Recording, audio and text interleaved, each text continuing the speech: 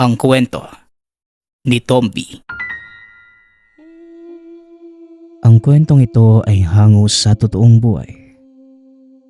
Mula ito sa isa nating tagapakinig na itago na lang natin sa pangalang Argel. Walang eksaktong taon. Bansang Italia. Nung mga panahong ito, kasalukuyang nag-aaral sa kursong theology itong si Argel. Nagpa siyang pumasok ng seminaryo ang binata dahil na din sa pag-uudyok ng kanyang tiyuhin na tawagin na lang natin sa pangalang Padre Lambert. Ipinanganak sa Italia itong si Argel dahil doon nagkita ang ama nitong Italiano at ang inang Pilipina. Dinala ng mga magulang sa Pilipinas ang sanggol na si Argel. Iniwan sa pangangalaga ni Lolo Ruping. Katolikong pamilya ang pinagmula ng binata at isa sa mga kapatid ng kanyang ina, pari sa Batikano. Hindi may kakailang may mataas na katungkulan sa simbahan si Padre Lambert dahil isa ito sa ginawaran ng Santo Papa ng opisyal na katungkulan bilang eksorsista ng Vatican. Sa tulong ni Padre Lambert, nakapagtapos ng kursong abogasya itong si Argel. Itinuloy ang pag-aaral ng theology sa bansang Roma sa kagustuhang sumunod sa yapak ng tiyuhin. Kaunting pagpapakilala sa pagkatao ni Tio Lambert. Kung titignan mo, hindi pagkakamalang pari dahil napakahaba ng buhok. May ilang pilat din sa pisngi na nakuha sa mga nakaraang pakikipaglaban sa mga sinasapian. May ilang kaso na din itong hinawakan mula sa ibang bansa, partikular sa bansang Mexico. Isa nga sa mga kasong ito ay may kinalaman sa maalamat na sibat ni Longinus o mas kilala sa tawag na Spear of Destiny. Na mga sandaling yon, kakarating pa lamang ni Argel sa bansang Italia. Nag-ayos ito ng mga kagamitan nang bigla siyang pasukin ni Padre Lambert sa silid. Argel, iyo maganda ka na at babiyahe tayo papuntang Mexico. May natanggap akong tawag mula sa Santo Papa. Kailangan tayo doon. Wika ng pari. Nax, Santo Papa ang tumawag sa'yo, Uncle? Mexico? Mukhang malayo yun ah. Saka wala akong bisa para doon. Tugon ng binata. Huwag mo nang alalahanin ng visa. Eto, suotin mo ang kwintas na ito. Mas mabigat pa sa visa ang taglay na simbolo ng kwintas na yan. Muling wika ng pari. Tinignan ni Argel ang kwintas. Yari ito sa ginto at may simbolo ng Santo Papa sa harapan. Habang sa likod naman, ang selyo ng Batikano. Kasama ng kwintas ay isang itim na tela na may simbolo naman ng krus ni San Benito. Ano po bang pupuntahan natin sa Mexico? Bakit mismong Santo Papa pa ang nagbigay sa iyo ng utos? Tanong ni Argel. Basta, saka ko na ipapaliwanag. Mahirap kasing magkwento habang nagliligpit tayo eh. Kaya bilisan mo na. Magdala ka lang ng ilang kasuotan. Hindi rin naman tayo siguro magtatagal doon. Isa pa, nag-aantay na ang eroplano ng Santo Papa sa paliparan. Tugon ni Padre Lambert. Nanlaki ang mga mata ng binata. Dahil ito ang unang beses na sasakay siya sa isang pribadong eroplano na pagmamay-ari ng simbahang Katoliko. Habang nasa biyahe, isa-isang idinitalya ni Padre Lambert ang lahat ng mga pangyayari at mga dahilan kung bakit kailangan nilang pumunta ng Mexico. Nanlaki ang mga mata ni Argel nang marinig na ang kanilang kasong pupuntahan ay may kinalaman sa sibat ni Longinus. Sigurado ba kayo, Uncle? Sibat ni Longinus? Hindi naman kaya tayo mapahamak dyan? Tanong ni Argel. Tumawa naman ng malakas si Padre Lambert dahil sa sinabi ng pamangkin.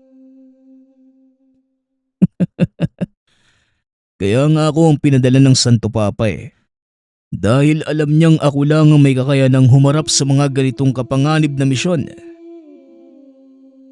Tugon ni Padre Lambert. Hindi ba sinasabing ang sino mang may hawak ng sibat, hahanapin at hahanapin ang prinsipe ng mga demonyo para matupad ang kalooban ng sibat? Yun ay ang buksan ng lagusan ng impyerno. Wika ni Argel. Kagad namang sinaway ni Padre Lambert ang pamangkin. Huwag kang magsasalita ng tungkol sa mga ganyang usapin. Lalo pat nasa himpapawid tayo. Mag-antay kang makalapag tayo at saka ko sasabihin sa iyo ang lahat.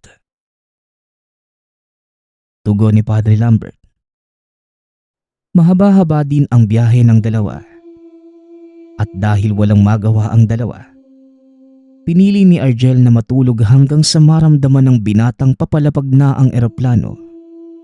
Kagad itong bumangon. Nakita nito si Padre Lambert na nakahanda na para bumaba. Ayusin mo na ang sarili mo.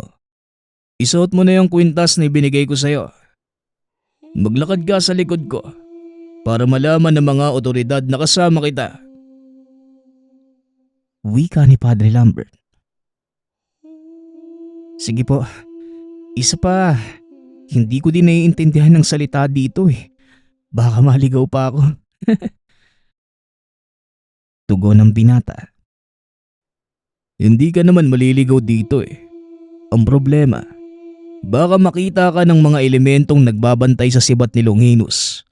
Nagkalat sila sa paligid At hindi tao ang dapat mong katakutan sa lugar na ito.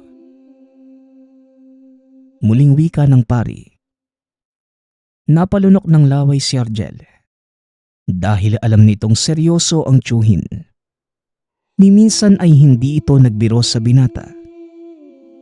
Ilang sandali pa ay nakalabas na sila ng paliparan.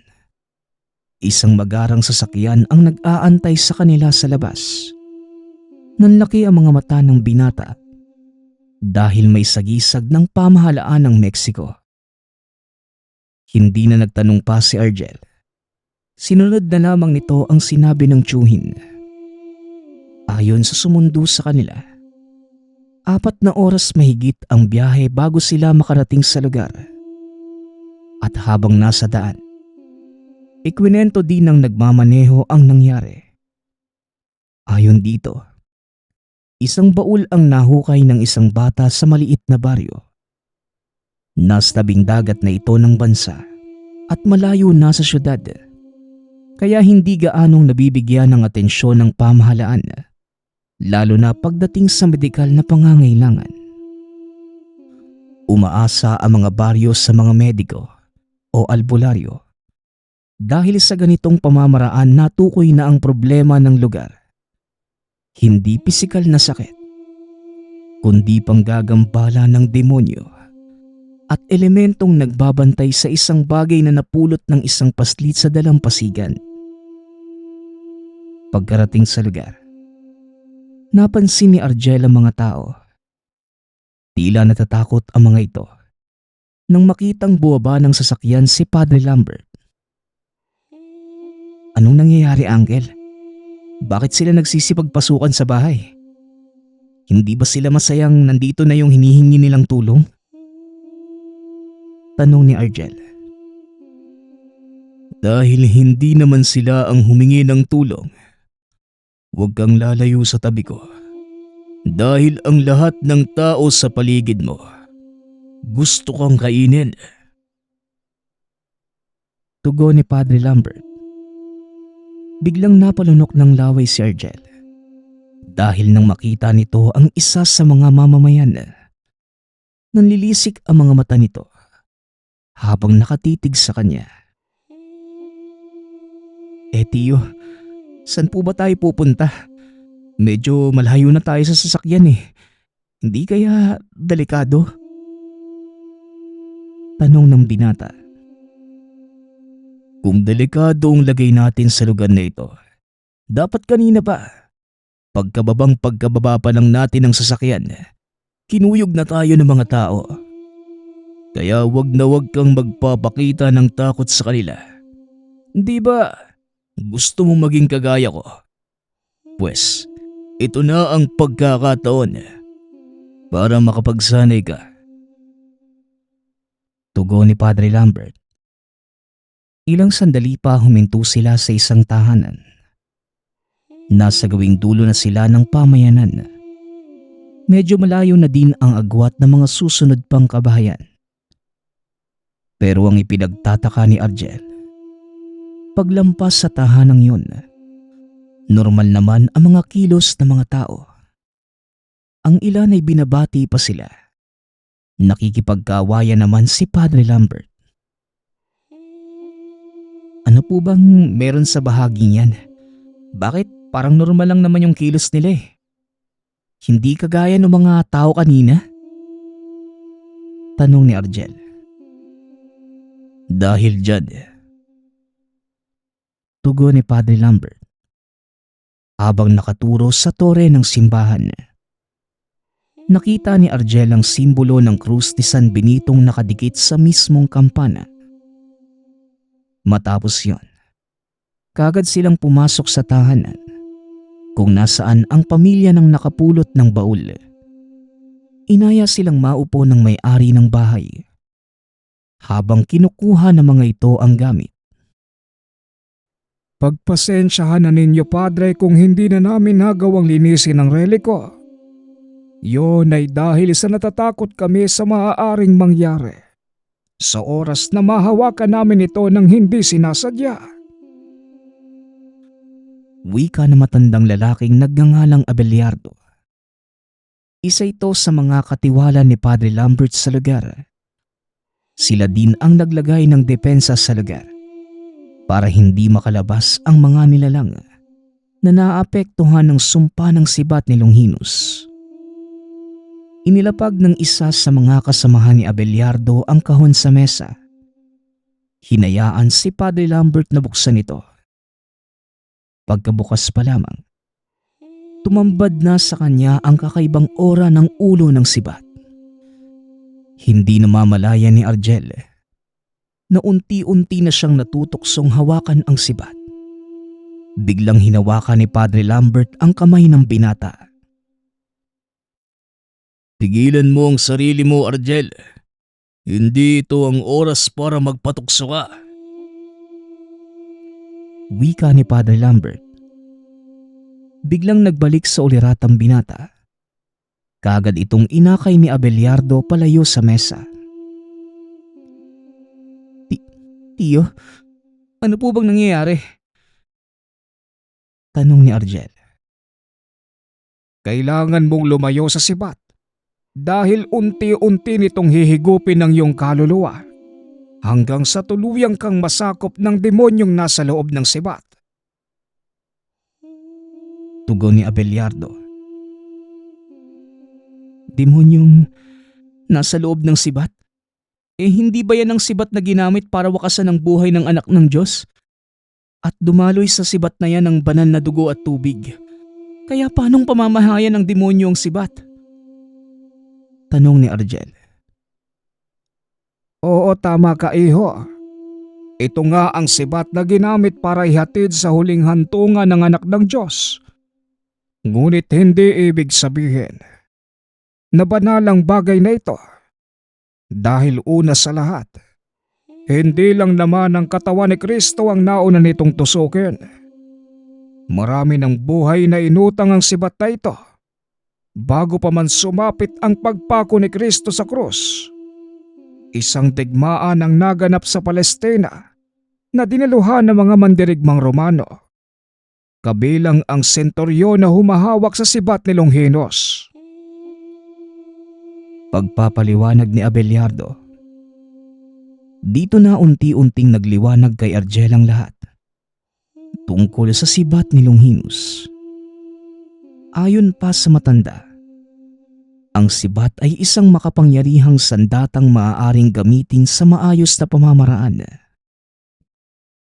Hindi po ba ang sabi ninyo, pinamamahayan ng demonyo ang sibat?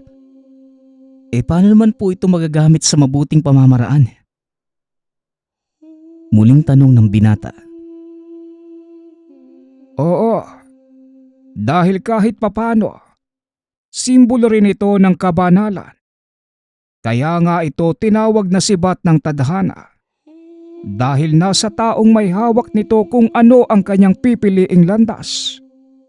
Sa kasamaang palad, wala na ang kakayanang yon. Dahil purong kasamaan na ang nangingibabaw sa sibat. Tugon ni Abelardo. Matapos ang pagpapaliwanag, muling ibinaling ni Argel ang atensyon sa tiyuhin na nooy masusing pinagmamasda ng sibat. Napapailing na lamang ito dahil sa nakitang kakaiba sa sandata. Ngunit sa kasamaang palad hindi niya ito pwedeng galawin sa kadahilan. Nasa ilalim ito ng pangangalaga ng Batikano. Ito ang sikretong matagal nang pinangangalagaan ng simbahan. Bagay na noon lang din nalaman ni Argel. Hindi dapat mapasa kamay ni naman ang sibat na ito. Dahil malalagay tayo sa alanganin. Kung sakaling isa man sa inyo ang makahawak ng sibat at hindi ito kayang kontrolin, ito lang ang tatandaan nyo. Huwag na huwag magpapadala sa punggugoyo ng demonyong nasa loob ng sibat. Wika ni Padre Lambert. Binitbit nito ang sibat ni Longinus palabas ng tahanan at itinaas. Dito nagsipaglabasan ang mga tao at isa-isang nagsipaglakad papunta sa kinatatayuan ng pari. Nilingon nito ang pamangkin na nooy nakatingin lamang din sa mga tao at muling nagsalita. Tignan mo ang mga taong ito. Hindi na nila pag-aari ang kanilang katawan. Nagpadala sila sa udyok ng diablong naninirahan sa sibat ni Longinus. At lahat sila nagnanais na makuha ito at mahawakan. Iisa lang ang layunin ng demonyong ito. At yun ay mabuksan ang lagusan papuntang impyerno. At tuluyang palayain ang prinsipe ng mga demonyo. Muling wika ng pari. Kumuha ito ng tela mula sa bulsa. Ibinalot ang sibat. Laking gulat ni Argel dahil biglang huminahon ang mga ito at isa-isang nagsipaglakad papalayo.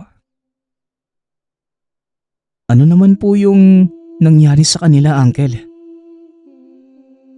Tanong ng binata. Nagtataka ito dahil matapos ang pangyayaring yun, biglang nag-iba ang kilos ng mga tao. Lalo pa nang sumikat na ang araw.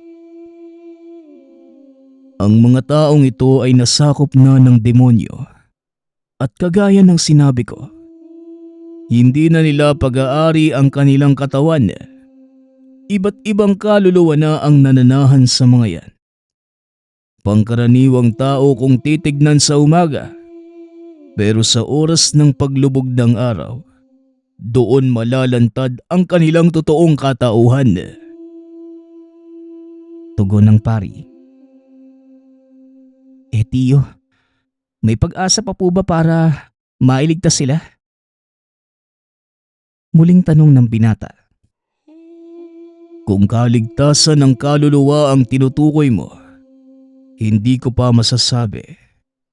Pero may pagkakataon silang tumawid sa purgatorio, kung saan sila mag-aantay ng araw ng paghukom. Sa ngayon, ang kailangan nating pagtuunan ng pansin kung paanong palayasin ang mga demonyo sa lugar na ito nang hindi namamatay ang mga katawang yan. Tugon ni Padre Lambert. Kaagad namang sumabat sa usapan si Mang Abelardo. Iisa lang ang alam kong paraan, Padre. At minsan na itong ginamit ng isa sa mga kagaya ninyo. doon sa kabilang bayan sa gawing kanluran. Wika ni Mang Abelardo. Nilingon ni Padre Lambert ang matanda. Muling nagsalita. Hindi maaaring basahin ang kontrata ng demonyo sa lugar na ito. Masyadong maraming buhay ang madadamay. Ang bayang sinasabi mo, ng mga sandaling yun pinatay ng salot. Kaya naman wala nang pag-aalinlangang ginawa ni Padre Saragosa ang pagbabasa ng kontrata. Wika ni Padre Lambert. Ipinaliwanag din ito kay Argel kung sino ang gumawa ng kontratang yun at kung para saan. Ayon sa pari, ang kontrata ay sinagawa ng isang taong namumuno ng isang pamayanan. Lalo pa nang makita niyang unti-unti nang namamatay ang mga mamamayan dahil sa kumakalat na sakit. Pinili nitong magsulat ng isang kontratang nagsasaad ng pagbibigay ng kaluluwa sa demonyo kapalit ng kaligtasan ng mga tao sa pamayanang yon. Gamit ang dugo ng napakadaming tao, nilagdaan niya ang kontratang yon at inialay sa demonyo. Hindi inaasahan ng lalaki na didinggi ng impyerno ang kahilingan at kagaya ng nasa kontrata, gumaling ang mga tao sa lugar.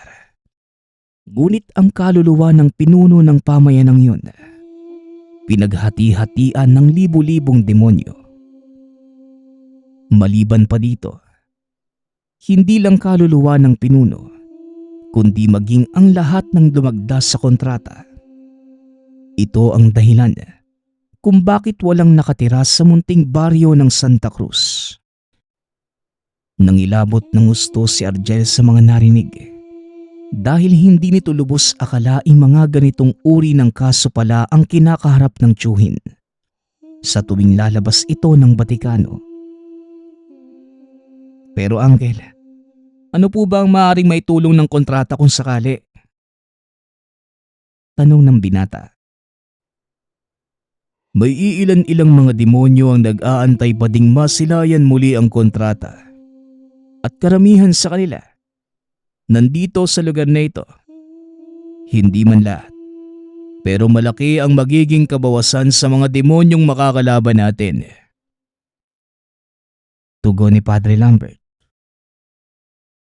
Kung gano'n naman pala tiyo, bakit ayaw mong gamitin dito ang kontrata?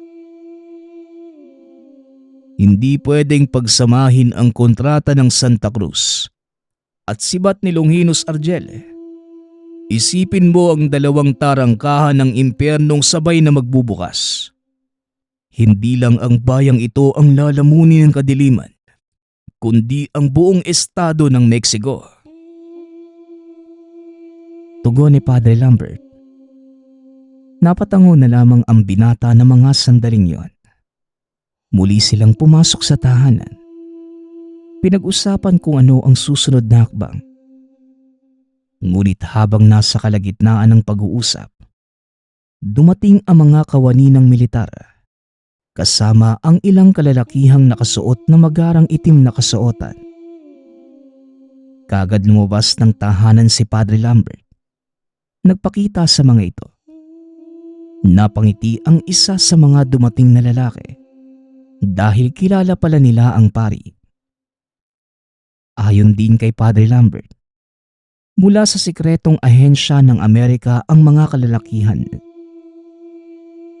Padre Lambert, buti naman at nandito ka na. Salamat naman at natanggap mo ang aming paanyaya. Dahil sa totoo lang, wala ni isa sa amin ang may kakayanang humawak ng sinasabi nilang reliko.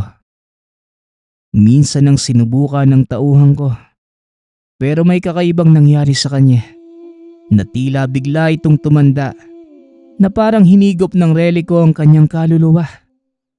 Pinabilis ang paglakad ng mga taon para sa kanya.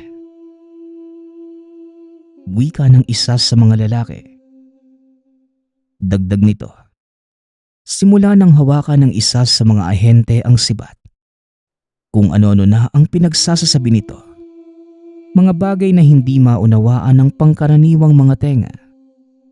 Ngunit kung isang eksperto sa espiritual ang makikinig, masasabing pangalan ng 10,000 demonyo ang sinasabi ng ahente.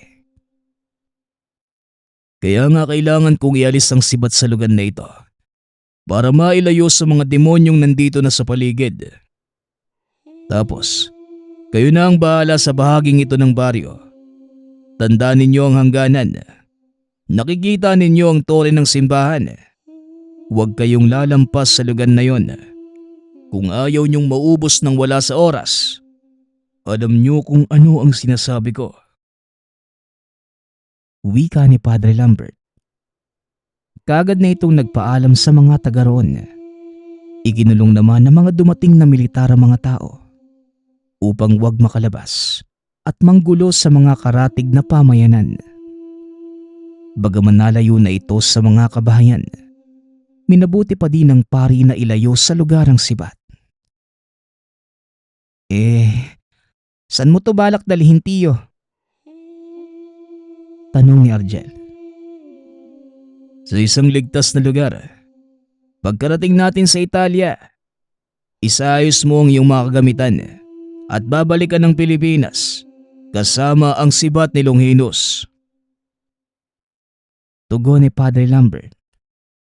Nanlaki ang mga mata ni Argel dahil sa sinabi ng tiyuhin. Hindi nito lubos akalaing makakabalik kagad ng Pilipinas. At sa pagkakataong yon, kasama pa ang isa sa mga pinakamapanganib na sandatang espiritual. Pero, Uncle, bakit ako? Saka bakit kailangan ako ang kasama ng sibat? Mamaya, hindi ko pa mapigilan ng sarili ko. Pati ako masaniban eh. Tanong ni Argel. Kaya nga ikaw ang pinili ko. Dahil alam kong alam mo ang mangyayari sa oras na mahawakan mo ang sibat. Kaya panatag akong hindi mo ito gagalawin. Tama ba? Tugon ng pari. Kahit naman siguro bigyan mo ko ng 10,000, hindi ko gagalawin ang sibat na yan. Matapos kong makita at marinig ang mga nangyari doon sa humawak niyan. Muling wika ni Argel. Pagkarating sa tinutuluyan, kagad namang naghandang bumiyahe ang binata pabalik ng bansa. Sa loob ng 2 araw ay 3 bansa na ang napuntahan ni Argel. Halos mahilo-hilo pa ito nang lumapag sa bansa. Kaya imbes na dumiretso pauwi ng tahanan, pinili ng binatang matulog na lamang panandalian sa isang hotel. Sa pagkakataong yon, siya lamang mag-isa ang nasa silid kasama ang sibat. Ngunit nawala ito sa isip ng binata dahil sa sobrang pagod. Hapon na din nang dumating siya sa bansa. Kaya pagkarating nito sa silid na inuupahan, buong magdamag itong natulog at umaga nang nagising. Napagtantong kailangan niyang dalhin sa bahay ng tiyuhin ang sibat. Kaya pagkagising, dali-dali niyang binuksan ang maleta upang tignan ang mga kagamitan. Nakahinga ito ng maluwag dahil naroon pa ang kahong sisidlan nito. Ngunit nang akmang ibabalik na ng binata ang mga gamit, napansin nitong bukas ang isa sa mga kandado ng kahon. Nataranta si Argel, kaya dali-dali itong bumaba sa front desk upang makitawag sa tiyuhin. Habang nasa linya, sinabi ni Argel na wala na ang isa sa mga selyong nagsasara sa kahon. Ngunit nananatili itong sarado. Ipinagbili ni Padre Lambert na wag bubuksan ang kahon kahit na anong mangyari. Antayin siyang dumating dahil papunta na ito sa bansa para masigurado ang kaligtasan ng sibat. Matapos makipag-usap, kagad bumalik ng silid si Argel. Ngunit kakasara pa lamang ng pinto, may bigla namang kumatok. Alam ng binatang walang nakasunod sa kanya, kaya duda ito sa kung sino ang nasa labas. Sino yan? Tanong ng binata habang isinisiksik ang kahon sa ilalim ng kutsyon. Kagad namang sumagot ang taong nasa labas ng pinto. Maglilinis ito ng silid, kaya pinapasok niya ito. Ngunit para sa kaligtasan ng sibat, hindi siya umalis ng silid. Matapos makapaglinis, muling inilabas ni Argel ang kahon. Sinigurong nasa maayos na kondisyon ng sibat. Hindi lumabas ng silid ang binata hanggat hindi dumadating si Padre Lambert. Kailan mo napansin na wala na ang isa sa mga selyo? Tanong ni Padre Lambert. Pagdating ko na dito, Uncle, nang tignan ko ang maletang dala ko, doon ko napansin na wala na ang isa sa mga selyo. Hindi ko alam kung kailan natanggal Pero ang pagkakatanda ko, 4 na selyo ang nakalagay sa kahon, tama? Tugon ni Argel. 4 na selyo ang nakalagay sa kahon at hindi basta-bastang matatanggal ang mga selyong yon. Dahil yun ay mula sa mga susi ni Solomon. Ako lang at ang Santo Papa ang maaaring makapagbukas ng selyo. Kahit pa ang pinakamalakas na demonyo, hindi kayang buksan ang mga yon. Kaya imposibleng malaglag ito o kaya naman matanggal. Pagpapaliwanag ni Padre Lambert. Bagamat hindi naiintindihan ni Argel ang mga terminong ginamit ng tiyuhin, alam nitong hindi basta-basta ang kapangyarihang ginamit para maisara ang kahon. Ano na ngayon yung plano mo, Uncle? Tanong ni Argel. Kagaya ng napag-usapan, hindi maaaring malaman ng lahat ang laman ng kahong ito. Ngunit ngayong natanggal na ang isa sa mga selyo, maaamoy at maaamoy na mga elemento sa paligid ng sibat. Maaari tayong dumugi ng mga yon. Sabihan mo ang lolo Ruping mo. Doon tayo mamamalagi. Tugon ng pari. Dali-daling tumawag ang binata sa tahanan ng lolo upang ipaalam ang kanilang balak. Malugod naman silang tinanggap na matanda. Pagkarating doon, sinabi ni Padre Lambert ang lahat tungkol sa dala nilang kahon. Bagay na ikinagulat ng matanda dahil ang alam nito, alamat lamang ang tungkol sa sibat ni Longinus. Ngunit ngayong pisikal na niya itong nakikita, hindi ito makapaniwalang maaabutan niyang buhay ang isa sa mga itinuring na banal na sandata ng parehong mundo ng mga celestial at mga demonyo. Ni sa hinagap ko, hindi ko akalaing masisilayan ko ang isa sa pinakamakapangyarihang sandatang nilikha ng tao. At ngayong nasa harapan ko na ito, maaari na akong mamatay. Wika ni Lolo Ruping. Papang naman, hindi ito ang oras para magbiro. May magagawa ba tayo para maprotektahan ng sibat? Tanong ni Padre Lambert. Oo naman. Huwag kang mag-alala. Inutusan ko na ang kaibigan nitong si Argel na tipunin ang lahat ng mga albularyo at bertudes na kilala ko para matulungan tayo. Tugon ng matanda. Ilang minuto lang ay dumating na ang kaibigan ni Argel. Natawagin na lang natin sa pangalang Edward. Kasama nito ang 7 kalalakihan.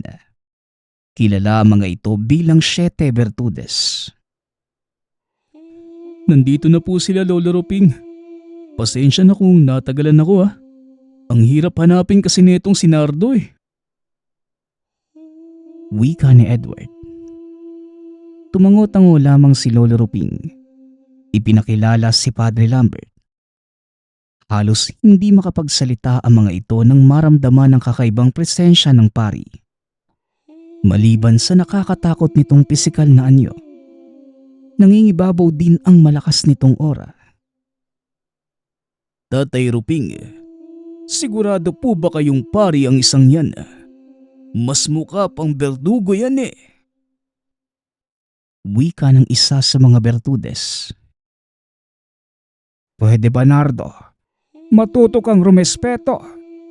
Kaharap mo ang isa sa pinakamalakas na eksorsista ng Santo Papa. Saway na matanda. Siya ba si Padre Constantino? Padre Celestino? O Padre Miguel?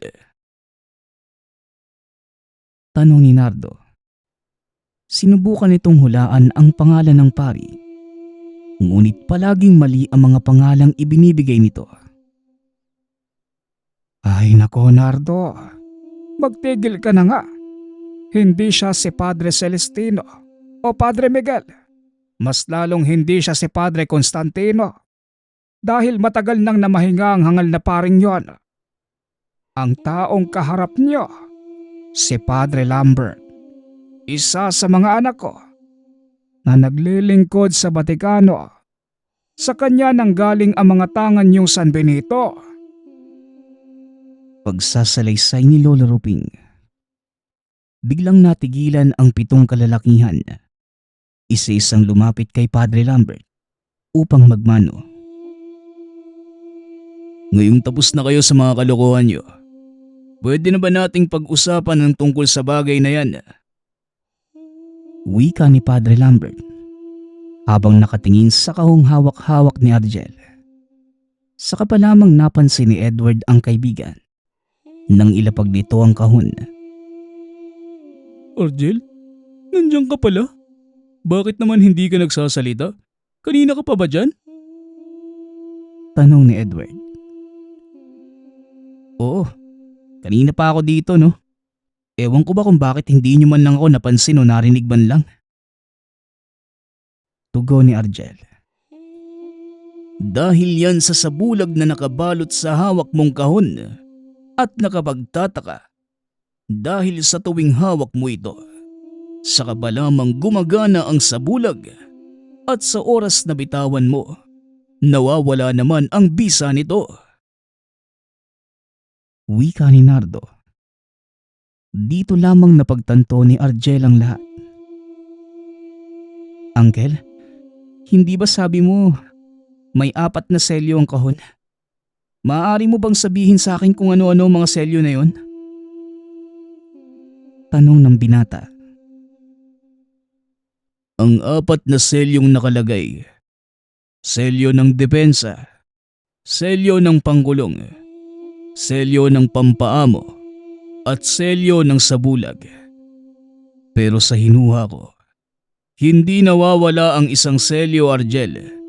Sa halip, kumapit ito sa'yo na siyang dahilan kung bakit sa tuwing hawak mo lang ang kahon nito gumagana. Pagpapaliwanag ni Padre Lambert. Napatango na lamang si Argel sa sinabi ng tiyuhin. Alam nitong ligtas ang kahon. Ngunit ang kinakatakot naman ng binata, ang sariling buhay.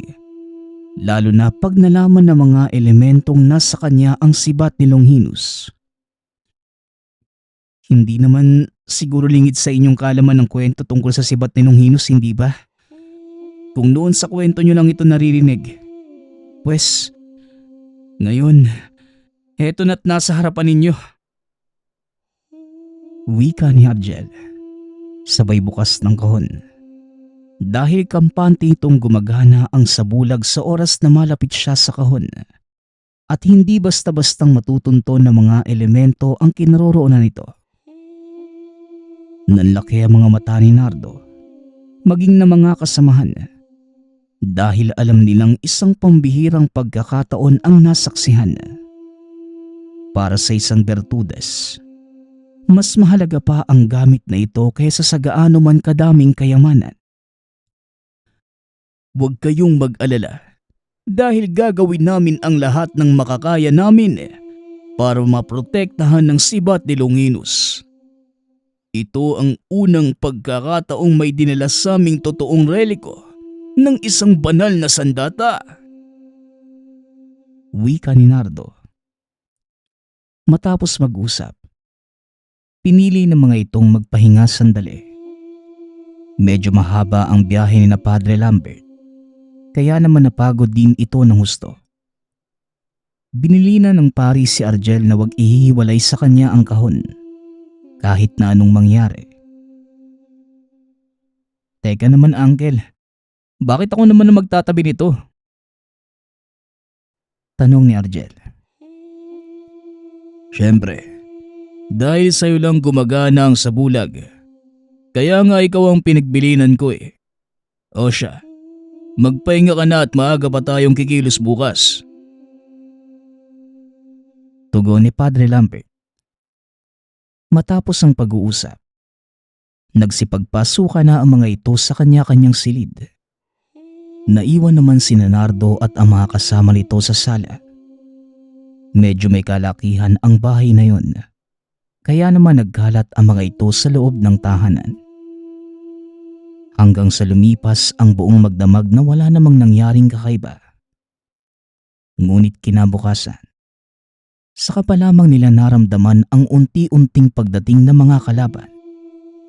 Kakagising pa lamang ni Nardo na mga sandaling yun. Kasalukuyan itong nagmumumog.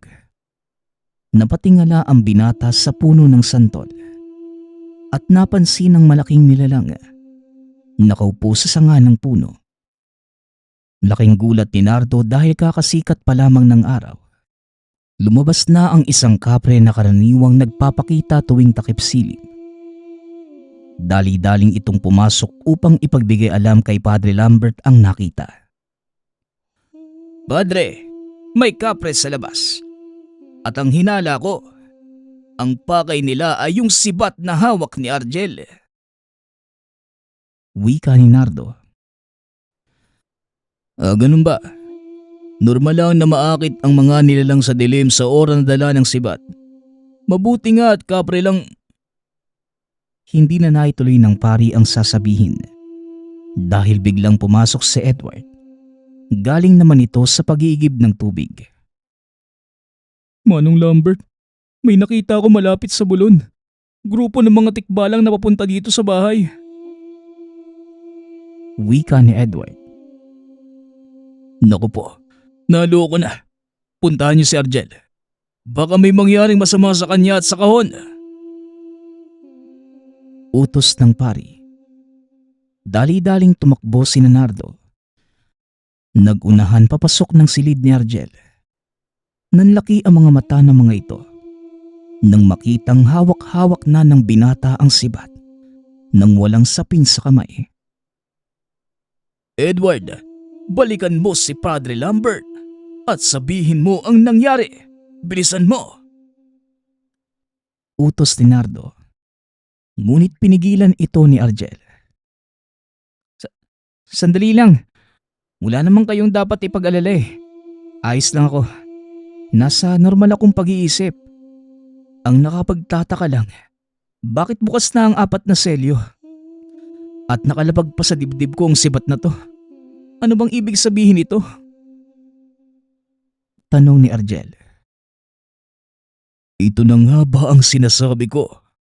Hindi malayong kilalanin kang tagapag-ingat ng sibat. Dahil ikaw ang bukod tangi sa ating lahat na walang kaalam-alam tungkol sa kakayanan nito sa makatuwid. Inosente ka. Kaya ka napili ng banal na gamit na yan. Pagpapaliwanag ni Padre Lambert. Nagulat si Argel sa narinig. Uncle, hindi ko binuksan yung kahon ha. Nagulat na nga lang po ako pagising ko. Nakalapag na yan sa dibdib ko. Ni hindi ko nga hinawakan yan, Uncle eh. Depensa ni Argel. Dahil ang buong akala niya ay papagalitan siya ng tiyuhin dahil sa nangyari. Kumalma ka, Argel. Hindi kita pagagalitan. Alam kong hindi mo sinadya ang nangyari. At inaasahan ko na din ang pangyayaring ito. Kaya ngayon, hindi lang ang sibat ang kailangan nating protektahan, kundi pati ikaw na din. Tugon ni Padre Lambert. Paano naman po yung mga elementong nasa labas ng bahay? Tanong ni Nardo. Huwag mo silang alalahanin. Dahil hindi naman sila makakalapit kay Argel. Ang mahalaga ngayon, nasa pangangalaga ng pamangking kong si Bat. Hindi ito maaaring mahiwalay sa kanya. Dahil sa oras na mangyari yon, si Argel ang unang kukuyugin ng mga elementong yan. Tugon ni Padre Lambert. Bahagyang naguluhan ng binata sa mga kaganapan.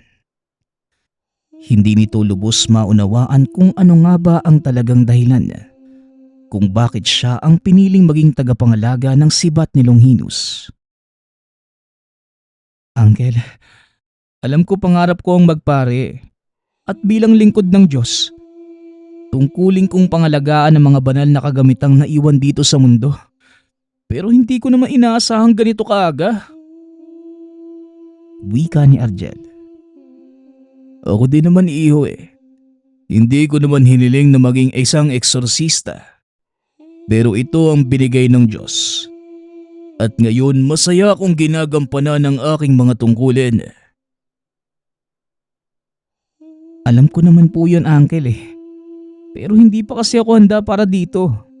At isa pa, wala naman akong kakayahan para maisagawa ito ng maayos. Handa ka na, Argel. At pagdating sa kakayanan, meron ka. Ang wala lang sa'yo alam mo kung ano. Tiwala sa sarili. Sa tingin mo, bakit ipagkakatiwala sa'yo ang isang makapangyarihang sandata kung wala kang kakayanan at kahandaan? Tanong ni Padre Lambert. Matapos ang mga katagang yon, kagad itong lumabas ng silid ng binata. Ilang minuto ay sumunod na din palabas si Argel. Kasalukuyang nagpupulong ang mga kasamahan tungkol sa kanilang mga dapat gawin nang biglang mapalingon ng isa sa kanila. Nataranta nang makita si Argel na naglalakad habang hawak ang sibat sa kaliwang kamay. Kanya-kanyang usal ng dasal pang depensa ang mga ito sa pag-aakalang sasalakay si Argel. Pwede ba? Magsitigil nga kayo. Para naman kayong mga ewan Hindi ko kayo aanuhin. Ituloy niyo na yung pinag-uusapan niyo. Kukuha lang naman ako ng kape. Wika ni Argel. Natulala ang mga ito sa binata. Nagtataka dahil nasa wastong katinuan pa din ito. Kahit hawak na niya ang sibat ni Longinus. Wala tayong dapat katakutan. Nasa mabuting mga kamay ang sibat. At alam kong hindi tayo mapapahamak. Di ba, Argel? Tanong ni Nardo. Oo, tama ka naman. Teka, bakit ba takot na takot kayo sa sibat na to? Wala namang ginagawa sa akin to Tanong ni Argel. Hindi na nagsalita pa si Nardo. Sa halip ay naglabasan na lamang ang mga ito sa bahay sa takot na baka kung ano pang magawa ni Argel sa kanila. Kinahapunan, naglakad-lakad ang binata sa likod ng tahanan. Nang mapansin ito ang kumpol ng mga maliliit na nilalang na sunod ng sunod sa kanya. Alam ng binatang hindi naman mananakit ang mga ito, kaya hinayaan niya na lang. Ngunit pagkarating sa gawing dulo ng bakuran, dito na nataranta si Argel. Dahil isang malaking itim na ahas ang gumapang paibaba mula sa isang puno. Hindi kumilos si Argel habang inaamoy-amoy siya ng nilalang. Ilang sandali pa ay umalis na din ito. Nang tuluyang makalayo ang nilalang, saka naman kumaripas ng takbo si Argel pabalik sa mismong tahanan. Sinalubong naman ito ni Edward upang magtanong kung ano ba ang nangyari. Oh, bakit parang nakakita ka ng multo? Ano bang nangyayari? Saka, saan ka ba galing? Tanong ni Edward. Wala naman pare. Diyan lang ako nanggaling sa likod bahay May nakita akong malaking engkantong ahas. Hindi naman ako sinaktan at kagad ding umalis. Pero natatakot ako Baka sa susunod, hindi lang pag-amoy sa akin ang gawin nun. Baka lunukin na ako ng buong buo nun Tugon ni Argel. Tinawanan lang ito ni Edward dahil hindi naman engkantong ahas ang nakita nito sa likod bahay, kundi ang alagang ahas ni Lolo Ruping. Huwag kang magalala. Walang engkantong ahas dito, no? Sige na, pumasok ka na sa bahay at hinahanap ka ng Lolo Ruping mo. Muling wika ni Edward. Kaagad na ding pumasok ang binata at nakita nito sina Padre Lambert at Lolo Ruping na nag-uusap. Mabuti at nandito ka na. Ano? Kumusta ang pakiramdam? May nagbago ba sa'yo? Tanong ni Lolo Ruping. Wala naman po, Loy. Normal pa din naman po. Bakit niyo po natanong? Tugon ni Argel. Wala lang. Baka kasi naninibago ka sa mga nangyayari sa'yo. Alam kong mahirap ang pinagdadaanan ng isang tagapangalaga. Pero huwag kang mag-alala. Panandalian lang naman ito sa iyong kamay. Babalik kayo sa Roma para formal na isuko sa Santo Papa ang sibat ni Longinos. Wika ni Lolo Ruping. Natuwa naman si Argel nang marinig ang mga katagang yun. Kaagad na din itong pinaghahanda ni Padre Lambert dahil ng araw ding yun, babiyahe na sila pabalik ng Maynila. Nag-aantay doon ang kanilang eroplanong sasakyan. Matapos maihanda ang lahat ng kagamitan, kaagad na din silang umalis. Pagkarating sa paliparan sa Maynila, kamuntikan pang hindi papasukin si Argel dahil sa dala nitong sibat ni Longinos. Sa kabila ng mga papeles na pinadala ng Santo Papa, ayaw pa ding paniwalaan ng mga gwardya sa paliparan ang dahilan ng binata. Sisiguraduhin kong kinabukasan, wala ka ng trabaho dahil sa ginagawa mo. Hindi pa ba malinaw sa iyo mga papeles na nagsasabing ang hawak kong reliko hindi isang sandata, kundi isang banal na gamit na pag-aari ng Batikano? Wika ni Argel. Hindi na nakasagot pa ang gwardya. Dali-dali nang kinaladkad ni Padre Lambert si Argel. Habang nasa eroplano, kinakausap ng pari ang pamangkin. Sinabi nitong haharap siya sa Santo Papa, kaya naman kailangan niyang maging magalang at mag-ayos ng tindig. Napatango na lamang si Argel. Ilang oras ang nakalipas ay nakarating na ang mga ito sa Roma. Magantay ka dito sandali. Kakausapin ko ang mga bantay. Wika ni Padre Lambert. Kaagad namang pumayag ang mga ito. Dali-daling tumuloy sina Argel. Nakiharap sa Santo Papa. Personal din itong iniabot ang sibat ni Longinos at nagbigay galang. Nang matapos isuko ang sibat, kaagad na ding nagpaalam ang mga ito. O ngayong tapos na ang mga gawain mo. Ano? Itutuloy mo na ba ang pag-aaral mo ng teolohiya? Tanong ni Padre Lambert. Siguro po, itutuloy ko. Pero mas gusto ko po muna maging abogado bago maging isang pare. Pangarap ko din po ang maging isang pare. Pinangarap ko din po ang magkaroon ng sariling law firm. Para hindi lang ako nakakatulong sa mga nangangailangan, kundi pati na din sa mga walang kakayanang ipagamot yung mga anak nila sa espesyalista. Tugon ni Argel. Ikaw na ang bahala. Buhay mo yan. Kagaya nga ng sinabi ko sa'yo, ang buhay nating mga tao, parang kagaya lang yan sa sibat ni Longinos. Nasa sayo kung saan mo gagamitin. Wika ni Padre Lambert. Tama nga po kayo, Uncle. Napatunayan ko po yan ng mga oras na hawak ko yung sibat.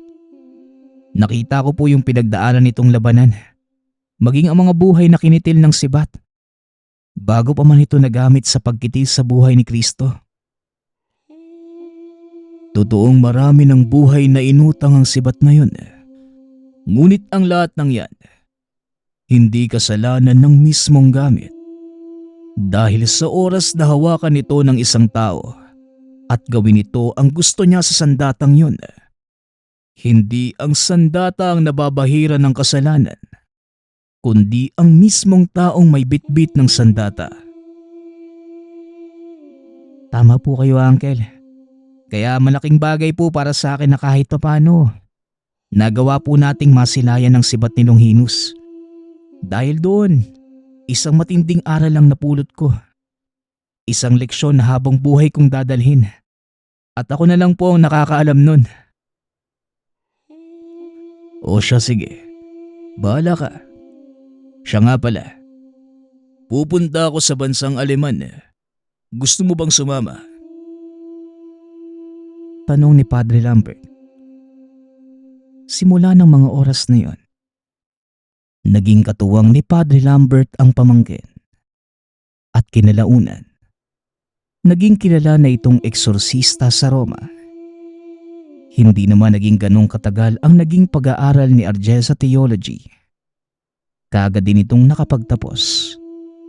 Dahil na din sa may tinapos na itong kurso. At yun ay pagiging abogado. Ilang taon pa ang lumipas. Marami ng kasong hinawakan si Argel. Karamihan sa mga ito ay manifestasyon ng demonyo. Sa tulong ng kanyang mga natutunan, nagagawa naman niya itong palayasin. Sa paglipas ng mahabang panahon, patuloy na ginagawa ni Argel ang eksorsismo. Ngunit may ilang katulong na ito. Hindi na ganong kadalas ang kanilang mga pasyente dahil na din sa mga modernong paniniwala. Unti-unti nang nawawala ang mga nilalang na nanggagambala sa mga tao. Masaya din si Argel dahil kahit papano naging tahimik ang paligid kung saan siya unang nadestino. Sa kasalukuyan, retirado na si Argel. Kapiling ang mga ampon. Namumuhay sila ng normal sa bansa. Ang dating tahanan ni Lolo Ruping, pinagawa ni Argel ang lugar upang maging dausan ng pagsasanay ng grupo ni Nanardo na nooy nanggagamot naman sa kanilang bayan. Masaya si Argel dahil nagamit ng mga ito ang kanilang kakayanan sa mabuting paraan. Bagaman hindi lubusang nasaksihan ang kakayanan ng sibat ni Longinus, masaya naman ang mga ito na nakasama nila ang taong minsan naging tagapangalaga nito. Bilang dating eksorsista ng Batikano, may karapatan pa ding bumisita ng Roma si Argel at halos taon-taon ay dinadalaw nito ang kinaroroonan ng sibat. Ngunit ayon sa kanya, sa kasalukuyan ang nakikitang nakadisplay, replika na lamang ng totoong sibat. Itinago na ito ng mga naunang pinuno sa takot na pangibabawan sila ng demonyo at hindi nila ito magawang kontrolin. Hindi rin alam ni Argel kung saan nakalagak ang totoong sibat ni Longinus. Ngunit iisa lamang ang sigurado. Nasa pangangalaga ito ng mabuting kamay. Sa loob ng mahabang panahon, naging lingkod ng simbahan si Argel. Pero ni minsan hindi ito natuksong gamitin ang kapangyarihan ng sibat na ng mga sandaling yon ay nasa pangangalaga niya. Maaari niyang pasunurin. Pero pinili pa din niya ang wag itong pakialaman dahil alam niya ang maaaring maging kabayaran sa oras na gamitin niya ang kapangyarihang nakapaloob sa banal na gamit. Walang totoong nakakaalam kung ano nga ba ang kakayanan ng sibat ni Longinus, maliban na lamang sa katotohanan na ito ang ginamit para dalhin sa huling hantungan ang anak ng Diyos. Walang makakapagsabi ng totoong gamit nito. Bagay na pakiingatan ng simbahang Katoliko. Dahil sa oras na may makadiskubre, paniguradong magkakaroon ng malaking kaguluhan, hindi lang sa aspetong pisikal, kundi maging sa pilosopikal na pananaw ng bawat taong nakakaalam ng tungkol sa sibat ni Longinus. Hindi man nailahad sa kwentong ito ang kapangyarihan ng sibat. Nawa ay nagkaroon kayo ng ideya sa kung anong pinsala ang maaaring magawa nito sa oras na mapunta sa maling kamay. Hindi lang ang sibat ni Longinus, kahit anong uri ng kapangyarihan, mapa-espiritual o politikal man, mahirap kapag napunta sa maling kamay. Dahil kung hindi sarili lamang ang kanilang iisipin, o hindi naman kaya ay aabuso sila at aapakan ang iba. Nawa ay ingatan natin ang anumang kapangyarihang nasa kamay natin ngayon. Dahil sa oras na mawala ito, siguradong guguho ang mundo mo. Nagpapasalamat nga pala ako sa nagpadala ng ating kwento. Naway nagustuhan niyo ang inyong napakinggan. Nagpapasalamat din ako sa lahat ng patuloy na nakikinig at sumusuporta sa ating channel. Naway patuloy niyong suportahan at pakinggan ang ating mga kwento. Hanggang sa muling pakikinig. Paalam.